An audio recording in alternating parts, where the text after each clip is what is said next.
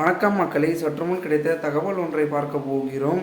தமிழக பாஜக தலைவர் அண்ணாமலை மாற்றம், 13 மாநில தலைவர்களுடன் சேர்ந்து அறிவிப்பு வெளியாகிறது. திடீர் தகவல். இந்த ஒரு தகவலை பற்றி தான் நாம் பார்க்க போகிறோம். தகவலை பார்ப்பதற்கு முன்னதாக நீங்கள் நம்மளுடைய சேனலுக்கு புதிய பார்வையாளர்களாக இருந்தீர்கள் என்றால் மறக்காமல் நம்மளுடைய சேனலை சப்ஸ்கிரைப் செய்து வைத்துக் கொள்ளுங்கள் மக்களே. தமிழக பாஜக தலைவர் அண்ணாமலையை வருகின்ற 9ஆம் தேதி மாற்றி அதற்கான அறிவிப்பை வெளியிட பாஜக மேலிடம் திட்டமிட்டுள்ளது.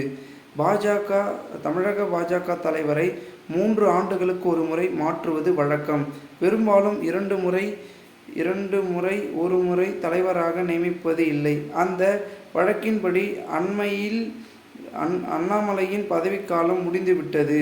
இதனால் அவரது பதவிக்காலத்தை மீண்டும் நீடிக்கலாம் அல்லது புதிய தலைவரை நியமிக்கலாமா என்று டெல்லி மேலிடம் ஆலோசனை நடத்தி வந்தது.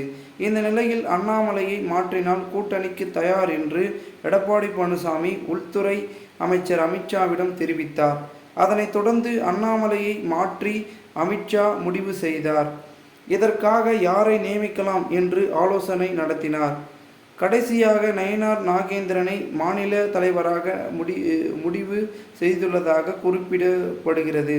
மாநில தலைவரை டெல்லி மேலிடம் முடிவு செய்தாலும் மாநில நிர்வாகிகளுடன் ஆலோசனை நடத்துவது வழக்கம்.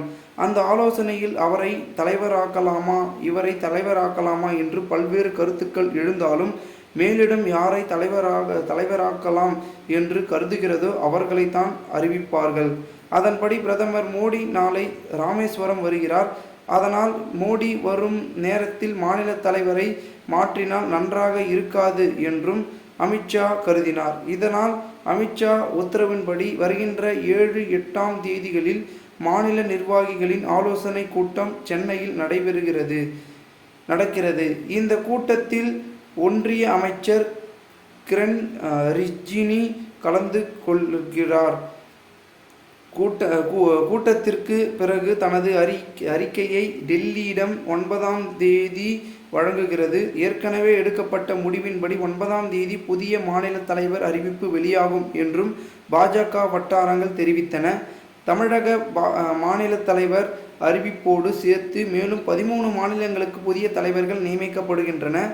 தமிழகத்தை பொறுத்தவரை புதிய மாநில தலைவராக நயினார் நாகேந்திரன் நியமிக்கப்படுவார் என்றும் அதிமுகவுடன் கூட்டணி அமைப்பதற்காகவே இந்த மாற்றம் என்றும் கூறப்படுகிறது. மாநில தலைவர் மாற்றம் நிகழ்ந்தவுடன் கூட்டணி குறித்து அறிவிப்பு முறைப்படி வெளியிடப்படும் என்றும் எதிர்பார்க்கப்படுகிறது.